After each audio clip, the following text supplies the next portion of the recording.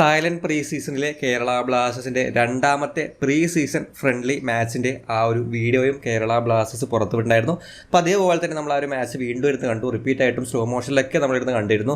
And first മാച്ചിനെ പറ്റി നമ്മൾ ഇതുപോലെ സംസാരിച്ചതാണ്. ആൻഡ് ഫസ്റ്റ് മാച്ചിൽ നിന്നും ഈ ഒരു മാച്ചിലേക്ക് വരുമ്പോൾ കുറച്ചധികം ഡിഫറൻസസ് നമുക്ക് കാണാനും സാധിക്കുന്നുണ്ട്. ആ ഒരു മാച്ച് കണ്ടപ്പോൾ പ്രധാനമായിട്ട് നമ്മൾ പറഞ്ഞ രണ്ട് കാര്യങ്ങളാണ്. ഒന്നാമത്തേത് വിജയം, അവിടുത്തെ റിസൾട്ടിന് അധികം പ്രാധാന്യം കൊടുക്കാതെ പ്ലേയേഴ്സിന്റെ പെർഫോമൻസിനെയും പ്ലേയേഴ്സിന്റെ റോളുകൾക്കുമാണ് പ്രാധാന്യം കൊടുക്കേണ്ടത് എന്നുള്ളതും. രണ്ടാമത്തേത് അവിടെ നമ്മൾ കണ്ട ഒരു ഫോർമേഷൻ ആയിരുന്നു, അത് ഒരു 4-1-2-3 ഫോർമേഷൻ ആയിരുന്നു. അതൊരിക്കലും ഒരു ഫൈനൽ ആവാൻ സാധ്യതയില്ലെന്നും ചിലപ്പോൾ മാറ്റങ്ങൾ വരാമെന്നും പറഞ്ഞിരുന്നു. സെയിം ആയിട്ട് തന്നെ ഈ ഒരു മാച്ചിലേക്ക് വരുമ്പോൾ കഴിഞ്ഞ മാച്ചിൽ നിന്നും ഡിഫറൻ്റ് ആയിട്ടുള്ള ഒരു ഫോർമേഷനാണ് ഈ ഒരു മാച്ചിൽ ഉപയോഗിച്ചിട്ടുള്ളത്. അതിൽ പ്രധാനമായിട്ടും എടുത്തു പറയേണ്ടത് നമ്മുടെ അഡ്രിയൽ ലൂഡ എന്ന് പറയുന്ന ഒരു പ്ലെയറിന്റെ ഇൻക്ലൂഷനാണ്. അദ്ദേഹം വന്നു കഴിഞ്ഞപ്പോൾ ഫോർമേഷനിലും ആ ഒരു മാറ്റം വന്നിട്ടുണ്ട്. കഴിഞ്ഞ മാച്ച് ഒരു 4-1-2-3 ആണെങ്കിൽ ഈ ഒരു മാച്ചിലേക്ക് വരുമ്പോൾ ഒരു മെജോറിറ്റി ടൈമിലും ഒരു 4-2-3-1 ഫോർമേഷനിൽ ടീം കളിക്കുന്നത് പോലെ അതിൽ ലൂണയ്ക്ക് ഈ സ്ട്രൈക്കറിന് പിന്നിലായിട്ട് ഒരു ഫ്രീ റോൾ കിട്ടുന്നത് പോലെയുമാണ് കാണാൻ സാധിച്ചിരുന്നത്.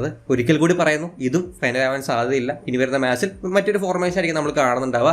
ആൻഡ് ഫൈനൽ അവസാനത്തേക്കൊക്കെ അടുക്കുമ്പോഴായിരിക്കാം ചിലപ്പോൾ ഒരു ഫിക്സഡ് ഫോർമേഷനും അത്തരത്തിലൊരു ലൈനപ്പ് നമ്മൾ കാണാൻ സാധിക്കുക. ആൻഡ് ഈ ഒരു മാച്ചിലേക്ക് വരുമ്പോൾ അല്ലെങ്കിൽ ഈ ഒരു പെർട്ടിക്കുലർ ഫോർമേഷനിലേക്ക് വരുമ്പോൾ ഫസ്റ്റ് മാച്ചിൽ നമ്മൾ ഈ മിഡിനെ ഒരു വി ഷേപ്പ് മിഡ് ആയിരുന്നെങ്കിൽ ഇവിടെ ഒരു ഡയറക്റ്റ് ട്രയാങ്കിൾ ഷേപ്പിലുള്ള ഒരു മിഡാണ് കാണുന്നത്. ലൂണയ്ക്ക് ഫ്രണ്ടിലായിട്ട് പെപ്പർ കൊടുക്കുന്നുണ്ട്. വിങ്ങുകളിൽ ലെഫ്റ്റിലെ നോവയും റൈറ്റിലെ രാഹുലും ഉണ്ട്. ഡിഫൻസിലേക്ക് വരാണെന്നുണ്ടെങ്കിൽ മിലോസിനും ഹോർമിക്കും ഒപ്പം റൈറ്റിലാണ് ഈ ബന്ധോഹുലും വരുന്നത്. ലെഫ്റ്റിലെ സൈഫ് ഉണ്ട്. ആ ട്രയാങ്കിൾ ഷേപ്പ് മിഡിൽ വിപിനും അസറും ലൂണയുമാണ് സ്റ്റാർട്ട് ചെയ്യുന്നത്. ഗോൾ കീപ്പറായിട്ട് നോറ ഫെർണാണ്ടസിനെയും ലൈനപ്പിൽ കാണുന്നുണ്ട്. ആൻഡ് ടോട്ടലി ഒരു മാച്ച് പറയുമ്പോൾ നമ്മൾ ഏറ്റവും അധികം ഈ പറഞ്ഞ കാണാൻ കാത്തിരുന്ന അല്ലെങ്കിൽ കണ്ടുപിടിക്കാൻ ആഗ്രഹമുള്ള ഒരു കാര്യം ലൂണ എന്ന് പറയുന്ന പ്ലെയറിനെ ഏത് രീതിയിൽ യൂസ് ചെയ്യും, അദ്ദേഹത്തിന്റെ ഒരു റോൾ ഏത് രീതിയിലായിരിക്കും എന്നുള്ളതാണ്. പക്ഷേ ഈ ഒറ്റ മാച്ച് കൊണ്ട് നമുക്ക് കംപ്ലീറ്റ്ലി പറയാൻ പറ്റില്ല. എന്നാലും കണ്ട കുറച്ച് കാര്യങ്ങൾ പറയുകയാണെന്നുണ്ടെങ്കിൽ ഈ 4-2-3-1 നമ്മൾ ചില സിറ്റുവേഷൻസിൽ അദ്ദേഹത്തിന്റെ റൈറ്റ് എക്സ്ട്രീമിൽ കാണുന്നുണ്ട്, ലെഫ്റ്റ് എക്സ്ട്രീമിൽ കാണുന്നുണ്ട്, സെൻട്രലിൽ അദ്ദേഹത്തെ കാണുന്നുണ്ട്. അത്തരത്തിലുള്ള ഒരു ഫ്രീ റോളും ഒരു ഫ്രീ പൊസിഷനിങ്ങുമാണ് ഈ ഒരു എൻറ്റയർ മാച്ചിൽ നമ്മൾ കാണുന്ന ഭാഗങ്ങളിൽ അദ്ദേഹത്തിന്റെ പ്രസൻസ് കാണുന്നത്. ഇതിന്റെ ഒരു സ്റ്റാർട്ടിംഗ് പൊസിഷൻ തീർച്ചയായിട്ടും സെൻട്രൽ ആണ്. ആ ഒരു കറക്റ്റ് ആ ഒരു സെൻട്രൽ സ്പേസസിലായിരിക്കും ഇതിന്റെ ഒരു പൊസിഷൻ വരുന്നത്. നമ്മൾ ഇതിനോടകം തന്നെ സംസാരിച്ചൊരു കാര്യമാണ്, ഒരു അറ്റാക്കിംഗ് മിഡ്ഫീൽഡറും വിങ്ങറും വരുമ്പോൾ, പ്രത്യേകിച്ചും നോവ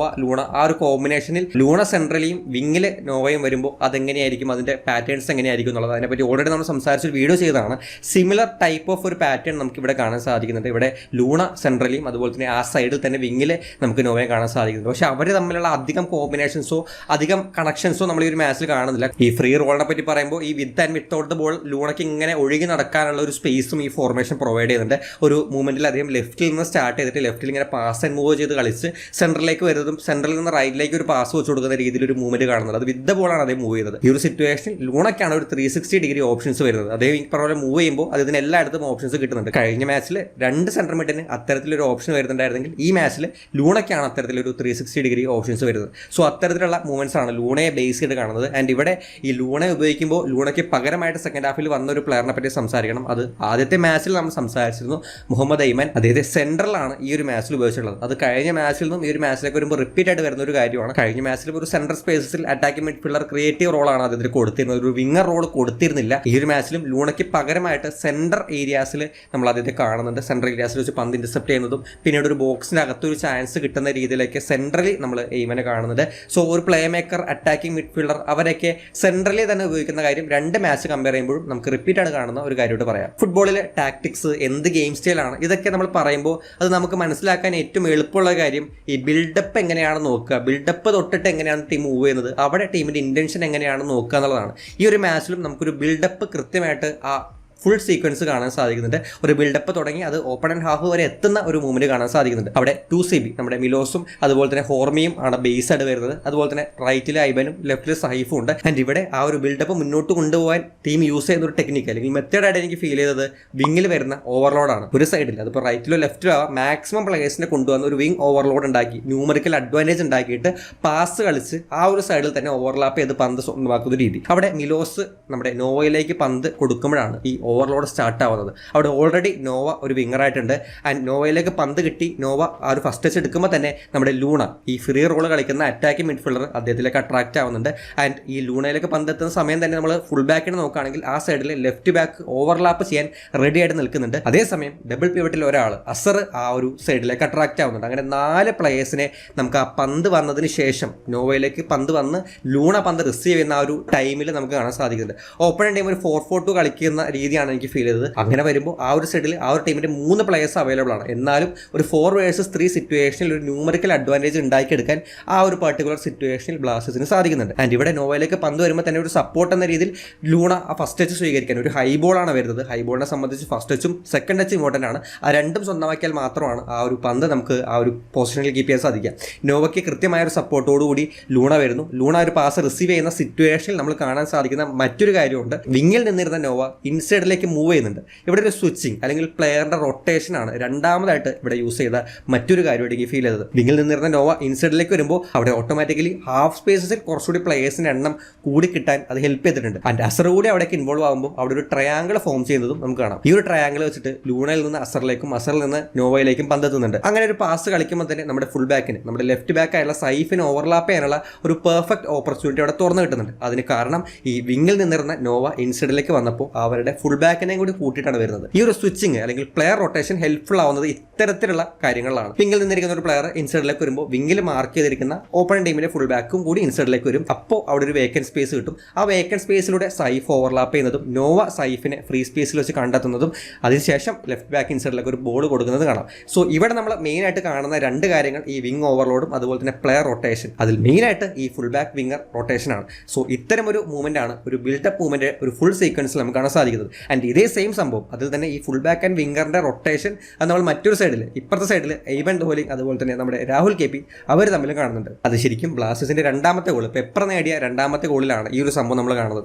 അവിടെ ഈ പറഞ്ഞ പോലെ ഐവൻ ദോഹലിംഗ് ഇൻസൈഡിലായിട്ടും രാഹുൽ ഔട്ട്സൈഡിലായിട്ടും നിൽക്കുന്നുണ്ട്. ഈ സെയിം സംഭവം നമ്മൾ ഫസ്റ്റ് മാച്ചിൽ രാഹുൽ സന്ദീപ് അവർ തമ്മിലുള്ള റൊട്ടേഷനും അവർ തമ്മിലുള്ള സ്വിച്ചിങ്ങും അവർ തമ്മിൽ സ്വിച്ച് ചെയ്യുമ്പോൾ കിട്ടുന്ന ഓപ്ഷൻസ് നമ്മൾ കണ്ടിട്ടുണ്ടായിരുന്നു. സെയിം സംഭവം ഐവൻ ദോഹലിംഗ് ഇൻസൈഡിലേക്ക് വരുമ്പോൾ രാഹുൽ ഫ്രീ ആയിട്ട് നിൽക്കുന്നതും രാഹുലിന് അവിടെ ഫ്രീ ആയിട്ട് നിന്ന് പന്ത് വാങ്ങിച്ചിട്ട് ഇൻസൈഡിലേക്ക് പ്ലേയേഴ്സിനെ കണ്ടെത്താനുള്ള ഒരു സിറ്റുവേഷനും അവിടെ ക്രിയേറ്റ് ചെയ്യപ്പെടുന്നുണ്ട്. സോ ഇവിടെ റിപ്പീറ്റ് ആവുന്ന 2 മാച്ചിൽ റിപ്പീറ്റ് ആവുന്ന ഒരു സംഭവമാണ് ഈ ഫുൾ ബാക്ക് ആൻഡ് വിങ്ങർ അവർ തമ്മിലുള്ള റൊട്ടേഷനും അതിലൂടെ കിട്ടുന്ന ചില ചാൻസസും. ആൻഡ് ഈ രണ്ടാമത്തെ ഗോളിനെ പറ്റി പറയുമ്പോൾ അവിടെ നമ്മൾ സ്പോട്ട് ചെയ്ത മറ്റൊരു കാര്യം കൂടി സൂചിപ്പിക്കാനുണ്ട്. ഈ സെൻട്രൽ മിഡും അതുപോലെ തന്നെ AMF ആയുള്ള ഒരു ലിങ്കപ്പ്. ആ ഒരു സിറ്റുവേഷനിൽ ഈ യോഹിംബ മിത്തൈ ലൂണ അവർ തമ്മിലുള്ള ഒരു കോമ്പിനേഷനും ആ ഡബിൾ പിവട്ടും അതുപോലെ തന്നെ അറ്റാക്കിംഗ് മിഡ്ഫീൽഡറും തമ്മിലൊരു ട്രയാങ്കിൾ ഫോം ചെയ്യുന്നുണ്ട്. അത് തീർച്ചയായിട്ടും ബിൽഡപ്പിലാണെങ്കിലും ഇപ്പോൾ പന്ത് ബാക്കിൽ നിന്ന് ബിൽഡപ്പ് ചെയ്യുന്ന സിറ്റുവേഷൻ ആണെങ്കിലും മിഡ് കൺട്രോൾ ചെയ്യുന്ന സിറ്റുവേഷനിൽ ഈ 3 പേര് തമ്മിലുള്ള പാസിങ് വളരെ ഇമ്പോർട്ടൻ്റ് ആയിരിക്കും. അതിൽ ഓരോ പ്ലേയേഴ്സിനും ഓരോ റോൾ ഉണ്ടാവും. ചിലപ്പോൾ ഒരാൾക്ക് ഒരു ഡിഫൻസീവ്ലി ആയിട്ടുള്ള ഡ്യൂട്ടീസ് കൂടുതലും മറ്റേ ആൾക്ക് ഈ പറഞ്ഞ പോലെ പ്ലേ മേക്കറിലേക്ക് പന്തെത്തിക്കാനും ഹോൾഡ് ചെയ്യാനുള്ള ഉത്തരവാദിത്വമായിരിക്കും. മൂന്നാമത്തെ ആൾക്ക് പ്ലേ മേക്കറിന് ഈ പറഞ്ഞ പോലെ ചാൻസസ് ക്രിയേറ്റ് ചെയ്യാനും ഈ പറഞ്ഞ പോലെ അറ്റാക്കിൽ കൂടുതൽ കോൺട്രിബ്യൂട്ട് ചെയ്യാനുള്ള ഒരു ചുമതലയായിരിക്കും. അത് പല കോച്ചുമാരും പല രീതിയിലാണ് യൂസ് ചെയ്യുന്നത്.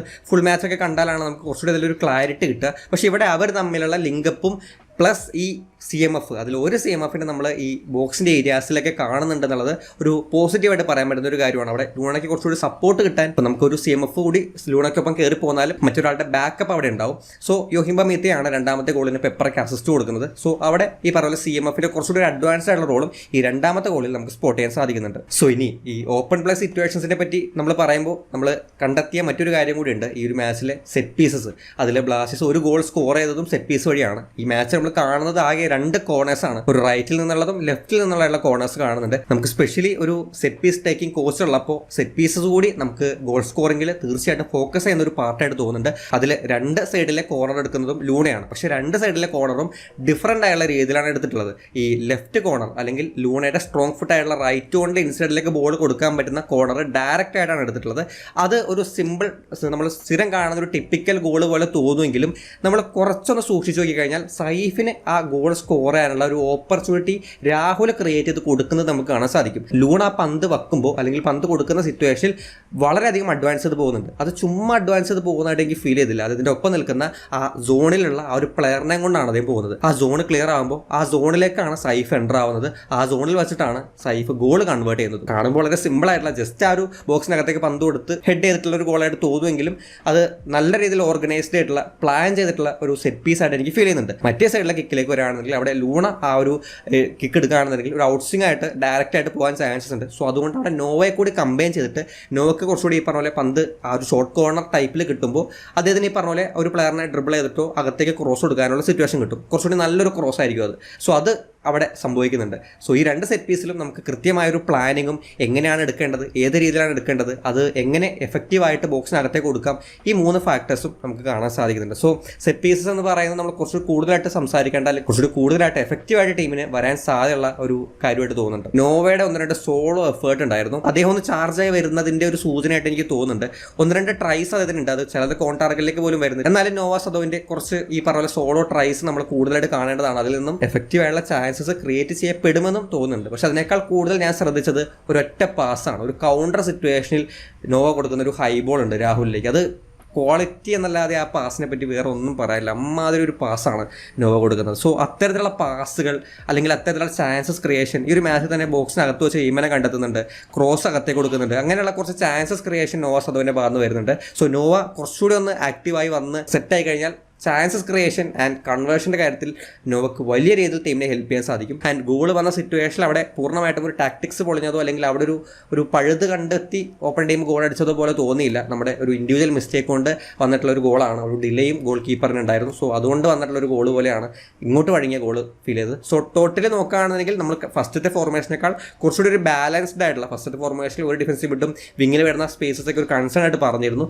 എന്നാൽ ഈ മാച്ചിൽ നമ്മൾ അധികം ടെസ്റ്റ് ചെയ്യപ്പെട്ടിട്ടില്ല എന്നുള്ളത് ശരിയാണ്. പക്ഷേ അതേസമയം കുറച്ചുകൂടി ബാലൻസ്ഡ് ആയിട്ടുള്ള 2 ഡിഫൻസീവ് മിഡിന്റെ സപ്പോർട്ട് ഉണ്ട്, ഫ്രണ്ടിൽ ലൂണ ഉണ്ട്, വിങ്ങിൽ ആൾക്കാരുണ്ട്. സോ അത്തരത്തിലൊരു ബാലൻസ്ഡ് ആയിട്ടുള്ള ഫോർമേഷനായിട്ടും ഒരുപാട് യൂസ് ചെയ്തിട്ടുള്ള പോപ്പുലർ ആയിട്ടുള്ള ഒരു ഫോർമേഷനായിട്ട് കൂടി നമുക്ക് 4-2-3-1 പറയാം. നേരത്തെ പറഞ്ഞ പോലെ ഇതും ഫൈനൽ ആവാൻ സാധ്യതയില്ല, മാറ്റങ്ങൾ വന്നേക്കാം. അതുപോലെ തന്നെ റിപ്പീറ്റ് ആയിട്ട് നമ്മൾ ഫുൾ ബാക്ക് ആൻഡ് വിങ്ങേഴ്സിന്റെ കാര്യവും ലോൺലി സ്ട്രൈക്കറിന്റെ കാര്യവും ഈ പറഞ്ഞ പോലെ കാണുന്നുണ്ട്. അതുപോലെ തന്നെ സെൻട്രൽ മിഡിന്റെ ഇമ്പോർട്ടൻസും ഈ ഒരു മാച്ചിൽ നമ്മൾ കാണുന്നുണ്ട്. സോ ഇതൊക്കെ റിപ്പീറ്റ് ആയിട്ട് വരുന്ന കഴിഞ്ഞ മാച്ചിൽ നിന്നും ഈ ഒരു മാച്ചിലേക്ക് വരുമ്പോൾ റിപ്പീറ്റ് ആയിട്ട് വരുന്ന കാര്യമാണ്. സോ എന്തായാലും ഈ ഒരു മാച്ചിലെ ഈ ഒരു ഫോർമേഷനെ പറ്റിയും അത് യൂസ് ചെയ്തപ്പോൾ നമുക്ക് കാണാൻ സാധിച്ച കുറച്ച് കാര്യങ്ങളെ പറ്റിയാണ് സംസാരിച്ചിട്ടുള്ളത്. എന്തായാലും ഈ ഒരു ഫോർമേഷനെ പറ്റിയും അതുപോലെ തന്നെ ഒരു മാച്ചിനെ പറ്റിയുള്ള നിങ്ങളുടെ അഭിപ്രായങ്ങൾ കമന്റ് ബോക്സിൽ ഷെയർ ചെയ്യാൻ ശ്രമിക്കുക. നമുക്ക് എന്തായാലും മറ്റൊരു കാണാം. ബൈ.